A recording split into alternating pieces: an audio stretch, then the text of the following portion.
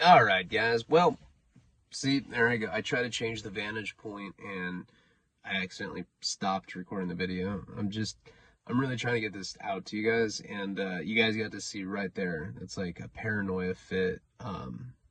That's like real stuff. I never had that problem before. Like I was never scared of people. It's not even that I'm scared of people. It just gives me this crazy ass anxiety. It's from prison. I'll like see someone and like if I make eye contact, I'm like, oh, hope they don't knock me out and butt fuck me and leave $20 on my chest. And I wake up, I'm like, no, not again. No, I mean, I don't think stuff like that. But yeah, I get really, it like trips me out when I see like random people, like, I don't know, just from prison. Just, it's like, being in prison's like swimming in the Pacific Ocean at night, It's like you're always paranoid that something's just gonna grab you and take you under and kill you. I mean, that's how I don't know if that's a normal way to think, but anyway. So like, comment, subscribe, check out patreon.com/Ryan Leno. Let's get back into the story. So I realized that the only way I was going to be able to get on that plane is if I went to the police station. I was literally deformed. Have you ever seen that movie, The Mask? Not the one with Jim Carrey, but the one where like the guy's all like deformed. It's from the 80s and he like ends up boning a hot blind chick. It's probably like the worst way that I could describe like a really powerful movie about a deformed guy, but that's how I saw it. A movie about a deformed guy that boned a blind chick. But I looked like that, and I was really, really dope sick. So I really had no choice. In my mind, I was gonna try to spange up some money to get heroin, maybe on the way to the police station. Every time I see somebody ask them for money, by the time I get to the police station, hopefully I found some dope. Because I couldn't even imagine having to go into the police station looking like that and being as dope sick as I was. Before I left the hotel, I washed myself as best as I could, but I was really lumped up. I had a lot of dried blood on me, and I had a lot of blood on my shirt. That was the main thing. It's happened to me a few times. Well, it's probably happened to me like 10 times in my life, where like I sustain some sort of injury like that and I have to walk out in public and everybody just looks at you. Remember that picture of me where I'm holding the rag? It was when my ex-wife threw a fork at my face and it like made blood pulsate out of my head. I'm like holding it, this like bloody rag. That night I had to like pretty much chase her all around North Hollywood, and she's the one that did that to me. I didn't do anything to her.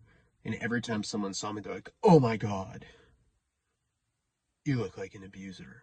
I was like, dude, I'm holding a rag with fucking, my whole face is covered with blood. How am I the bad guy here? I'm a victim. But, people don't look at it that way. So I end up leaving this hotel. I try to wash myself off as best as I could. And I remember I like took the shirt off and I was wearing it inside out, which looked even worse because now it like looked like I was trying to hide blood and the like tag was sticking out from it. I just looked ridiculous. I'm like, I was like walking around like that in a pretty upscale part of Connecticut. And in my mind, I thought that I'd be able to spange that people would give me money. I didn't know that I looked like Quasimodo though. I go up to people and be like, I need money. Blood stains all over me. People were like, nobody would give me anything. Somebody was like, oh, you need money? Here you go. And they like went to give me $1 and I like walked up a little closer and like now they could like actually see me. They're like, oh, man, never mind, man. I don't want you to buy crickets that you can feed yourself, you fucking freak, reptile freak. Yeah, I didn't get any money. It was scorching hot. I'm like deathly dope sick at that point. And I remember like, I'd walk like half a block and then I'd hunch over and throw up, and people were just looking at me everywhere. It wasn't that busy of an area where I was at. It wasn't like walking on some super populated street. It was more the kind of thing where there was commercial businesses spread out sporadically. But people were definitely looking at me. And anytime I come into contact with people, which was few and far between, they looked more, they looked horrified when they saw me.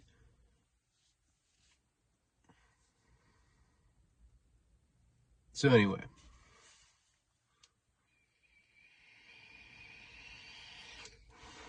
Pretty sure it was like 3 in the afternoon when I left there.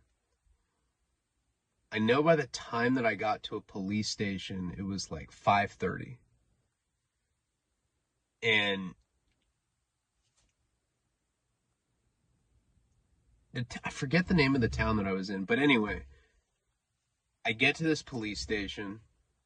I had to ask people where it was. I got directions. And I've told you, I'm one of those people when I get directions.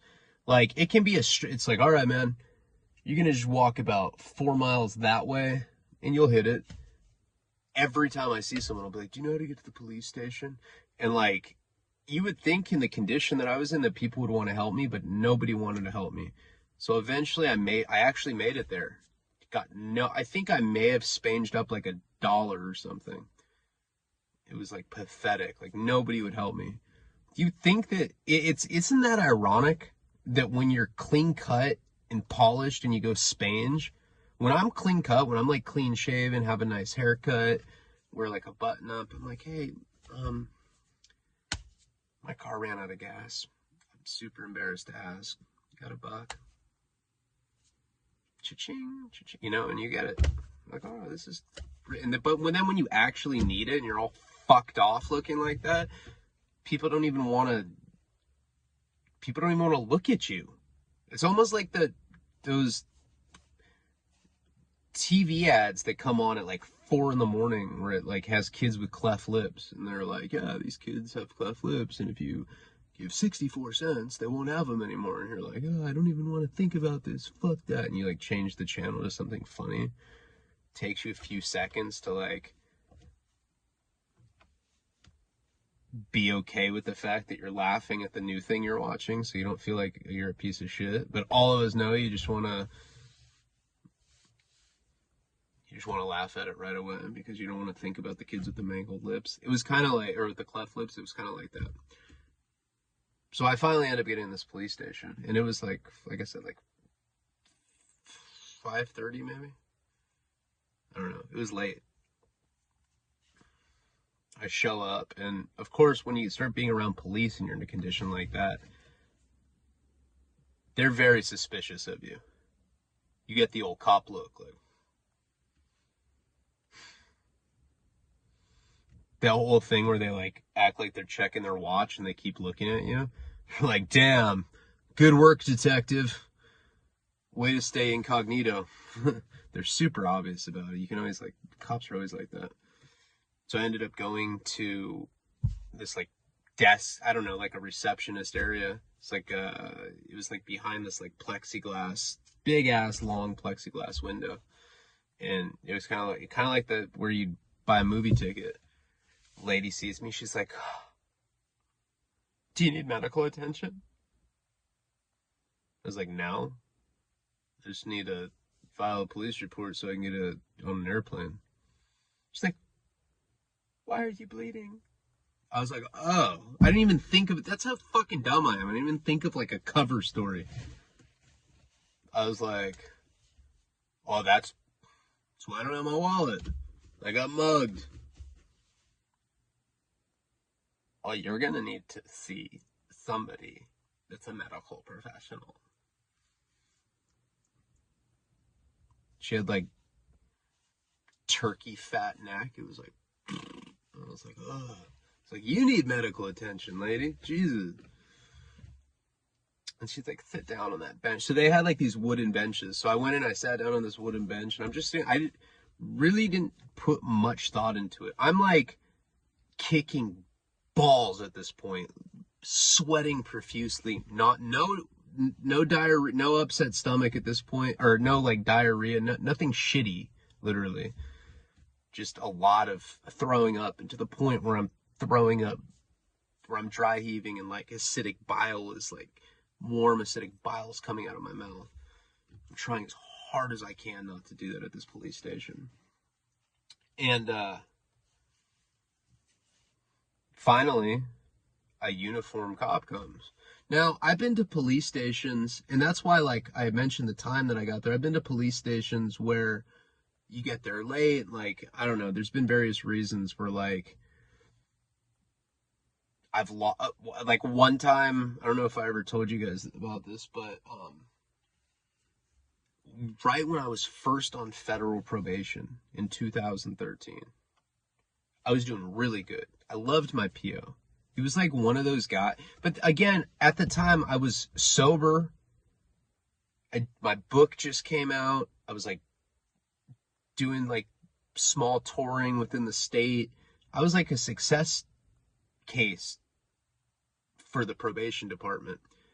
Never given him dirty tests. I worked. I was like their pride and joy at that time.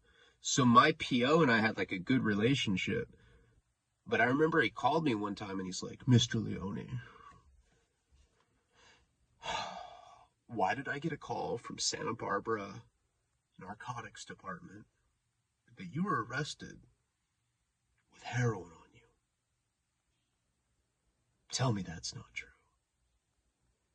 I was like, that's not true. I haven't even been to Santa Barbara in like months. And what had happened is I'd lost my ID. I'd lost my wallet, and probably some homeless junkie found it. I don't know why he has to be homeless. God, I sound so judgmental. It's like, God, Brian, you weren't a junkie that long ago. It's been, you act like you're Mr. Clean and Sober at this point. It's been like 4 days now. It's been a lot longer than that. I guess somebody had gotten arrested, and they'd used my ID. Like right when they got busted. They'd gone to jail, they gave the fingerprints. Eventually they found out that this person wasn't me. And that happened to me another time when somebody got in a horrible, like, DUI accident, like, killed somebody. I, like, got something in the mail, and they're like, yeah, you have to be at court for involuntary manslaughter on September 8th, because the guy had my ID. It's like, what the fuck? But see, when you get booked in and they give you the fingerprints, then they figure out that it's not you. But then there's always this weird technical thing where, like, if you're on probation, sometimes they don't automatically notify your PO like that, but once in a while they do. Like, I think your PO can request that if any arrest happen within specific counties that they tell them, whatever the case. I'm not really sure why they had told them that, but I was like, of course that didn't happen. But in that situation, I had to go pick up my wallet, and Santa Barbara Police Department won't deal with people like past 5 o'clock. I was very lucky that at this particular police department, they were open at all hours, I think. I don't know how late they were open, but I remember it being late, and I was worried about it when I got there, and I made it. Some cop comes out to the waiting room, and he's like, are you all right? And he was like, he was almost offended that I'd gotten beat up like that, like in his city. I was like, yeah. I mean, no. I was jumped. They made me smoke meth with them and have sex with them. I didn't really like that much. It's weird. No, I told them that I was staying at a hotel with some friends, that I'd gone out to get something at the vending machine, and then somebody had sucker punched me, and I woke up and I didn't have a wallet. I tried to make it as close to what actually had happened as possible. Now, I was also kind of concerned that Bruno, being an undercover cop, maybe I was going to get arrested by just going there. Who knows what somebody like that would say about me. So the cop asking for all my information. Again, like, I didn't really think this through enough. I had been arrested in Worcester. I had a case in New York. Neither times when I was in custody did any of that stuff come up. But it's always a fear. And if you've been in trouble with the law, you know exactly what that fear is. It's like, it's always stuff that's in the back of your mind. Like, fuck, is this going to come up right now? I'm giving him all my information. And I explained to him that my girlfriend, who's the girl in Santa Fe, she was not my girlfriend, but I was telling him that, he got me a ticket and that I was going to go to stay with her in Santa Fe, and that's why I needed to get a printout of my ID or something from the police department saying that I could get on the plane, and that I was in fact who I said I was. And this guy was like a classic New England cop. He's like, okay. This is the thing though.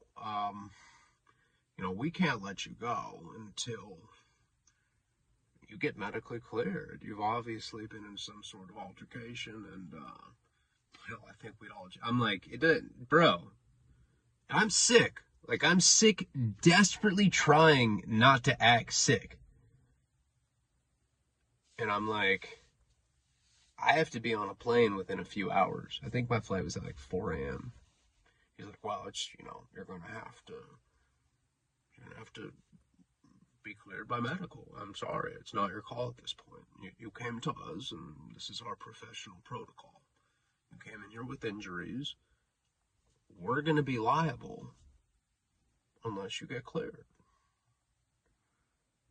Now the irrational drug addict comes out. I'm like, no.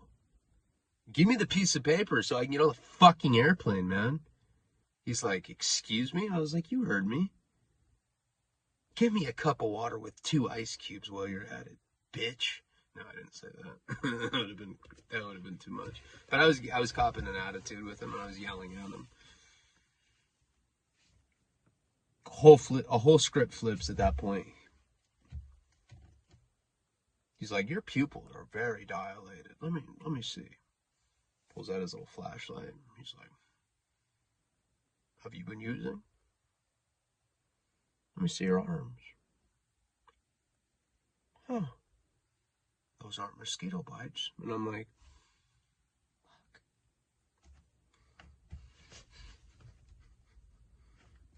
He's like, that's what I thought. Sit tight.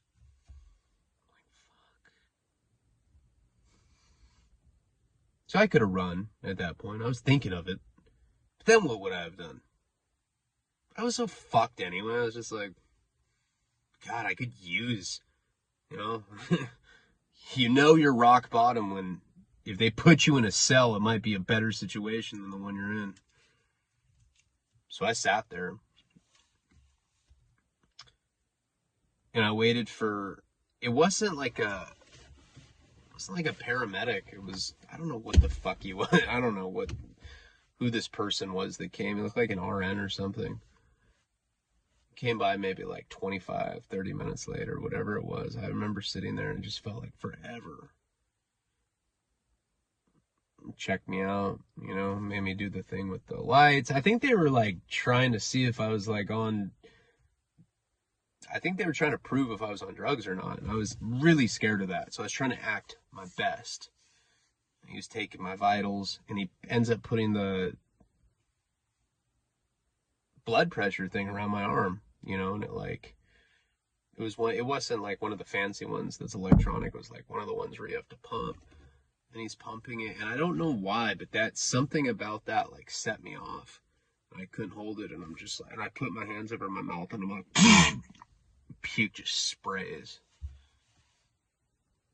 EMTs or whoever this was, I think it was like an RN, whatever it was, this guy. He's like, are you on anything? They think you are. I'm like, no, man. I got beat up badly. He's like, I think maybe you should go to the hospital. There's only so much that I can do. I mean, maybe they should check out your head, get a CAT scan or something. I'm like, fuck! And the cop that I was giving the attitude to comes up to me. He's like, look, how are you going to get to the airport anyway? He's like, what are you going to walk? You going to walk to Hartford? Is that what you're going to do? I was like, I haven't really thought about it. He's like, I'll tell you what. Let me give you a ride. Now, I'm almost delirious at this point, sick. Don't really know if I can trust this guy. Don't really know what his game is. Like, how do I know this guy's not going to pull me off in some, like, abandoned apartment complex and try to lick my ass for money or something? Or for free? I'm not going to drive any further unless you let me lick it. Come on. I've always wanted a taste of California asshole. You know, I was like, fuck, dude. I had no other choice. The medical dude, like, said I was cool. You know, he said he recommended that I get a CAT scan. And now for some reason, this cop is all gung-ho about, like, getting me to the airport.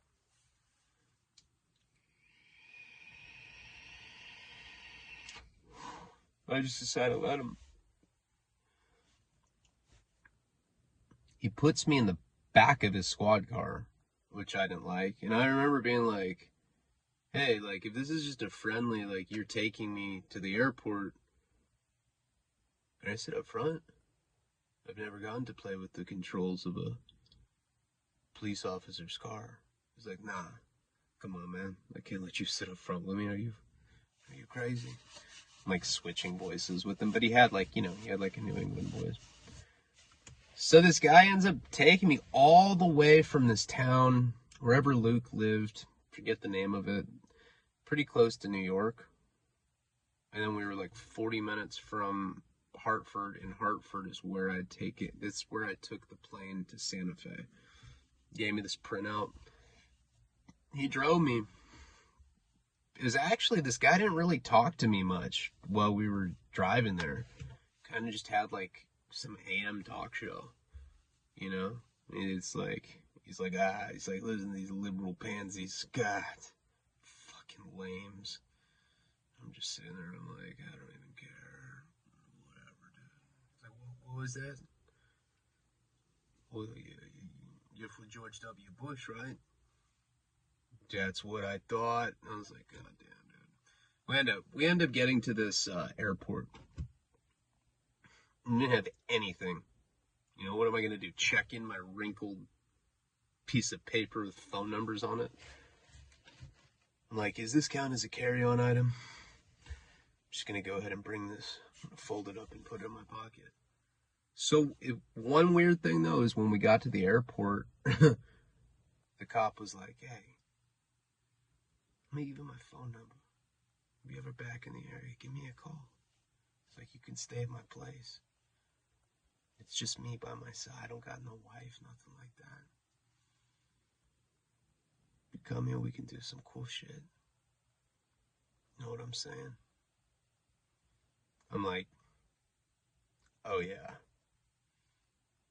Oh yeah. He gives me a hug. Swear.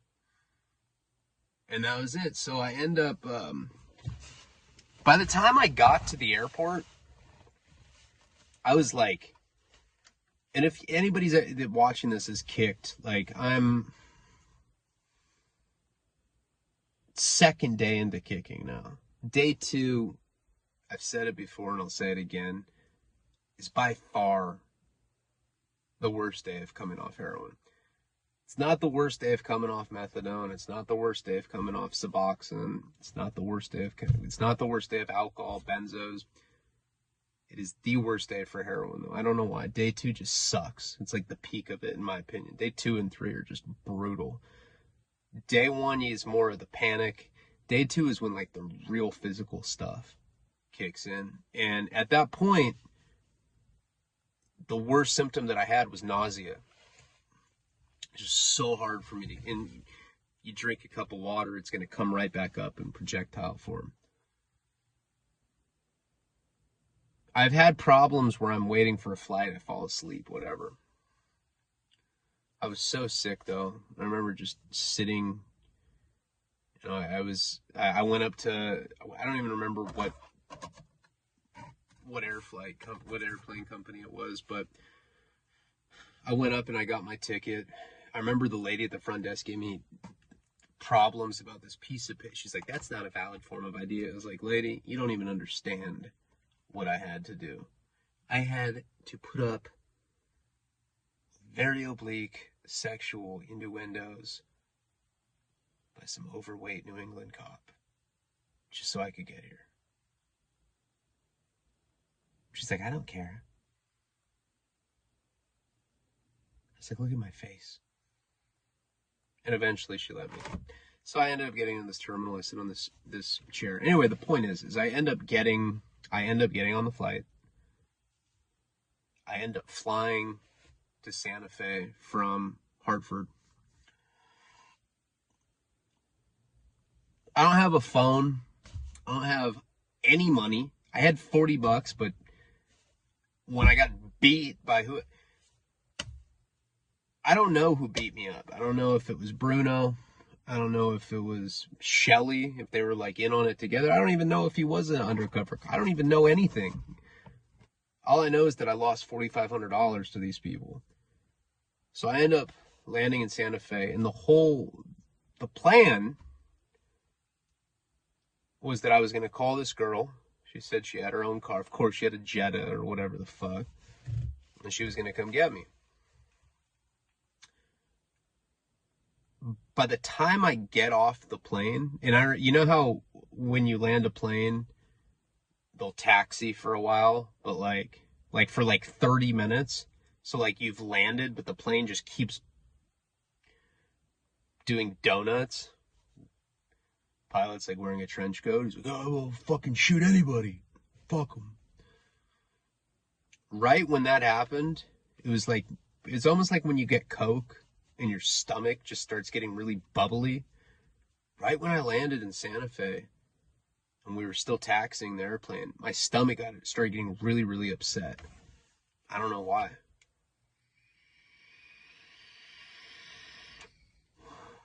Hold on, my throat's getting really dry. Hold on. Hopefully I don't fucking... Oh my god, this monster's like... Oh, I found it. Oh. I know. You guys are like, what a weird video. This is me putting in a lot of effort, and I'm so tired right now. This is a good story. I don't want to mess it up. I have to do it.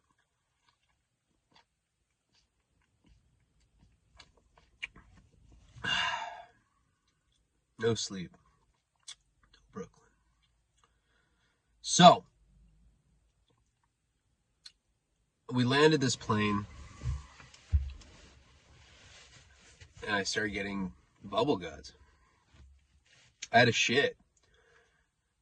This girl that I've been talking to this girl for a while, you know. She was, if you remember in the beginning of the series, she's the girl that I was talking to that night that I was on acid, that I fucked the Dodgers glove. Same girl. Been telling her I'm a pro surfer the whole time.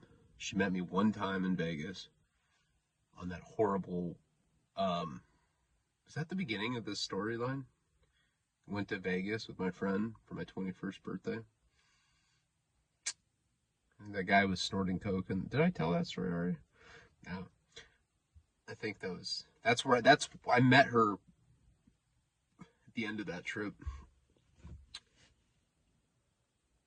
And you know, we'd been having that thing where you're like on the phone with somebody and starts off and it's just like, yeah, what would we do? Oh, we would kiss. I'd make you soup. And then it's like,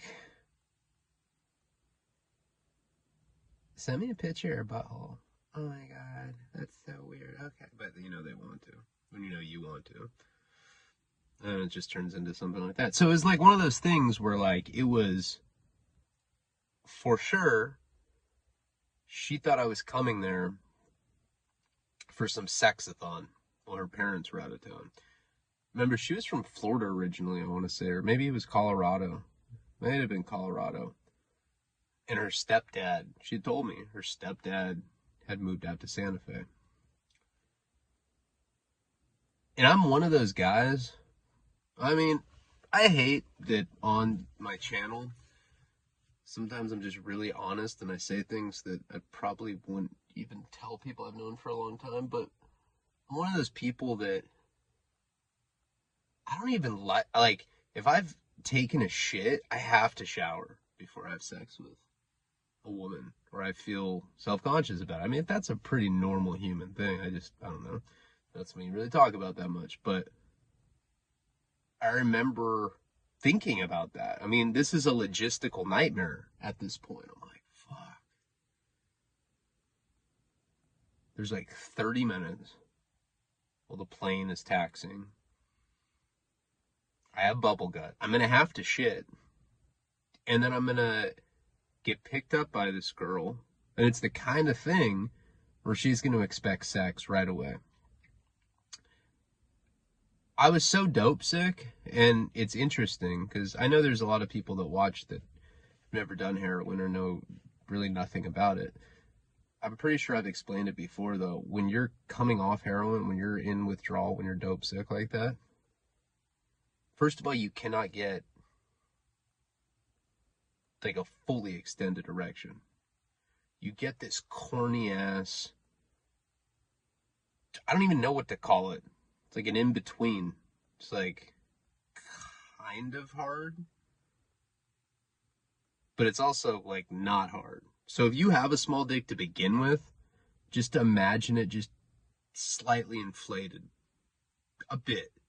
Just enough where maybe you can get it in, but nothing more than that. I mean, nobody's riding you like that, that's for sure. And what happens when you're dope sick is you pump maybe 2-3 times and you just, oh my God, it's weird. It never happens. I don't have that problem.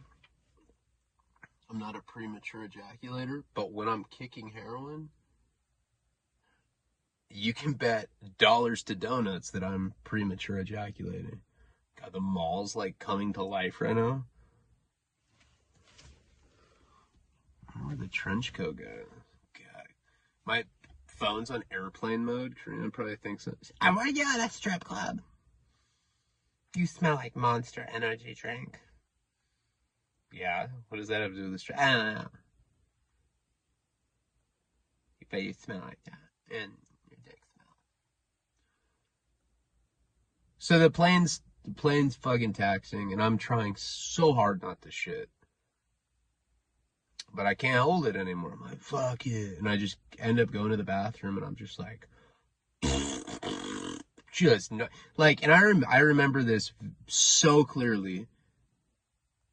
It was the kind of thing where it was so fucking like my diarrhea was so exaggerated and so obnoxiously loud. It was like, it sounded like balloons breaking and shit. I was sitting in there just like it was making me sweat. And I was like, oh my God. I bet people that are seated by the toilet can hear this. I started getting all self-conscious. And so I finish, go to wipe, and there's like 2 wipes. That's how much toilet paper is in there. This is at the end of a flight. Like, all the toilet paper is gone. Like, nobody has, like, explosive diarrhea like that at the end of a flight. I'm like, oh my God. Like, not only is this girl gonna have sex with me right now, for sure, that's what's gonna happen. Secondly, and I'm gonna premature ejaculate, and I don't have, like, I'm for sure gonna be super foul at that point. Like, there's not even enough toilet paper to clean, and it's like heroin, hot chocolate shit, you know? It sucks. And the shirt I'm wearing has blood stains on it, and I'm deformed. That's fucking tight. But I'm like, whatever. So I wipe as like best as I can. Then I'm using the like, you know, the little like ring, like paper tissue rings that they like you can put on a toilet bowl to like sanitize it. I'm like wiping with that. Shit hurts so bad. I'm just, I don't care. It's like wiping with pieces of a brochure or something. No, it's not that bad, but next bad thing to that. So I finish.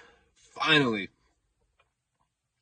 we get off, or we you know, we're ready to get off the plane. Everybody's like getting their carry-ons and shit, and I like take my numbers out of my pocket. I like look at them, fold it, put it back, look at people, like make sure they saw that I did it. Yeah, shit, I don't travel without anything. I got phone numbers. Shut up. End up walking outside of the airplane. You know, there's the little, whatever that's called, a little port thing that you walk through. And she told me that she was gonna be there to pick me up. Now it's like 6 in the morning, 7 in the morning, whatever the flight difference, you know, you lose time and shit. I mean, it's early in the morning. Maybe it's like 8 in the morning or something. I don't remember. But I walk through. I've met this girl. It's not like this is just a girl that I've seen pictures of. I actually spent time with her in person. And I end up walking out of this, out of the boarding gate. There's like hardly anybody there. Like nobody's there to meet anybody. Maybe there's like 1 or 2 people. She's not there. I don't have a phone or anything. I'm like, well, maybe she's at the baggage claim, you know? She thought I was like in tour on Jamaica. I was like, yeah, I was in Costa, I was in Jamaica. I wound up in Connecticut. I don't know. It's just some silly thing I do. Signing books, you know, whatever I was saying. Yeah. Signing calendars at a bookstore. 12 Months of Surfing by Ryan Leone. You know, this is like before the internet could just put anybody on blast. Like, you could be anybody back then. So she's not there, and I'm starting to freak out. Part of me is like, all right, well, God, at least I'm going to have, like, a chance to go wash my ass somewhere, you know? It was so nasty at that point. People in the airport, like, I remember there was, you know, they drive, like, the little, kind of looks like a golf cart, but it's like a luggage cart or whatever. I remember the guy with, like, the little hat on. He was, like, looking at me. He was like, tripping out on me. I had forgot how bad I looked because there was not even like mirrors in the airplane bathroom. I remember. I can clearly remember him looking at me, appalled by my appearance. Probably because of the blood. Like I was beat up and I had this blood.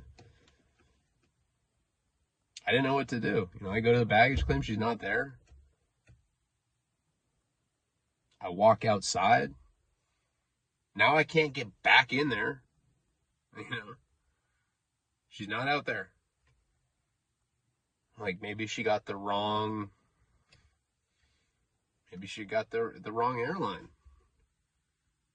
So now I'm like outside, about as sick as you can possibly be. Every cell in my body aches.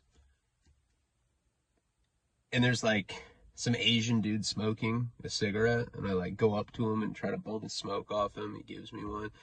It's like some cigarette from China or something. It looks like I remember it looked like a Virginia Slim.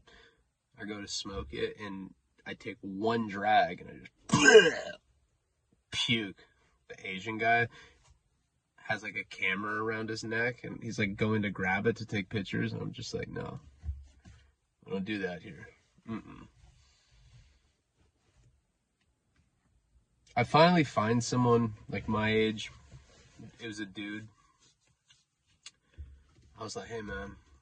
He looks at me just kind of, you know, nervous about my appearance. I don't know. He probably thought that I was going to like try to eat some of his body parts or something. That's how I look. Like, I'm not exaggerating. I was like, hey man, can I use your phone? He's like, are you all right? I was like, nah, I got mugged in Connecticut, man. Like Two-Face. Like fucking flip a silver dollar. So I get on the phone, I take my little folded phone numbers out of my pocket, and carry on. I call. She doesn't pick up. Like, fuck. Try again, nothing. At this point, I'm like, you know what? I'm just gonna curl up in a ball and start crying again. Last time I did that, I got $40 on a ride. So I'm like on this it's like curbside pickup for this airport. I'm sitting there sobbing. People kind of look at me, but like in the condition I am, they just like hurry past me. Nobody wants to help somebody who looks like me. A good hour goes by at this point. Finally, I like get up. Find like an older dude. He's probably like in his 50s or something. And I ask him if I can use his phone. He's like, are you okay? I'm like, yeah. I just had a really bad day. He's like, I can see that. Jeez, buddy. I'm like, get his phone. I call her. Picks up this time. I'm like, hey, where are you? She's like, I have really bad news. I lied to you. I'm sitting there so sick. And like in my mind on the airplane, I was planning on when I got to Santa Fe, I was just going to tell her what was going on. Like, hey, check it out. I'm addicted to painkillers because, well, got in a fist fight with a hammerhead shark and going through withdrawal. I need you to buy me some opiate painkillers. Gonna tell her some corny shit like that. Because I figure, you know, she's been living there for a little bit. I'm sure she's a hot chick. I'm sure she can get painkillers. I lied to you. I'm married. Now, I'm not just saying what she's about to say. This is what she really said. I know it sounds like something I would say, but she's like, I'm married to a black guy. I'm so sorry. I'm like, what the fuck?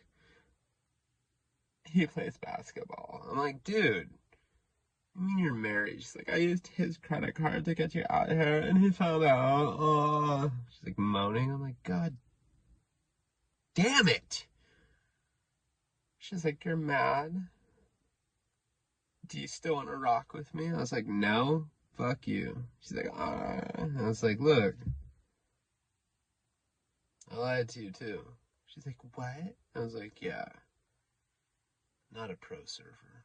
She's like, huh? I was like, yeah.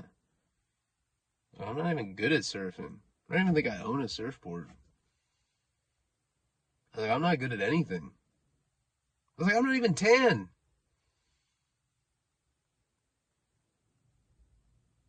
So, who did I just steal my husband's credit card for? A nobody. I was like, well, you lied to me. You're married to a black dude. She's like, so what? That means you want to have sex with me? Are you one of those guys because I've had sex with a black guy? And now you want to have sex with me? I was like, no.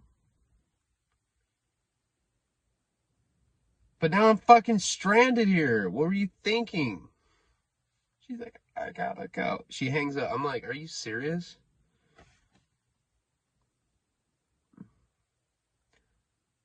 So now, I'm stuck in Santa Fe. I have nowhere to go. I have no money. I have no phone. I have no dope. I'm dope sick out of my fucking mind. I'm mangled.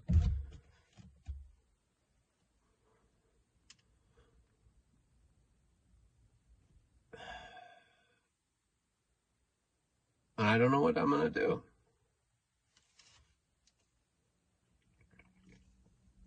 I will say this, though. I'm a pretty resourceful guy. I'm a planner. I come up with plans. It didn't hit me right there and then, but I knew a way to fix all this whole situation.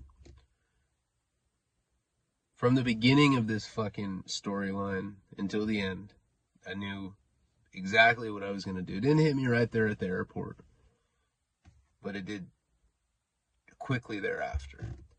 And we're going to save that for the finale. This was the pre-finale of the finale. But at least you guys got, I think, an hour and 15 minutes. It got longer than normal. It was an unusual set of circumstances, and I just wanted to definitely make sure that you guys got a video. So I know there's people from all over the world, different time zones, but you guys will wake up to something. If I can figure out the goddamn Wi-Fi, just let the record note that I don't know what day it is, but I think it's Tuesday, maybe. I'm really tired, you can probably tell.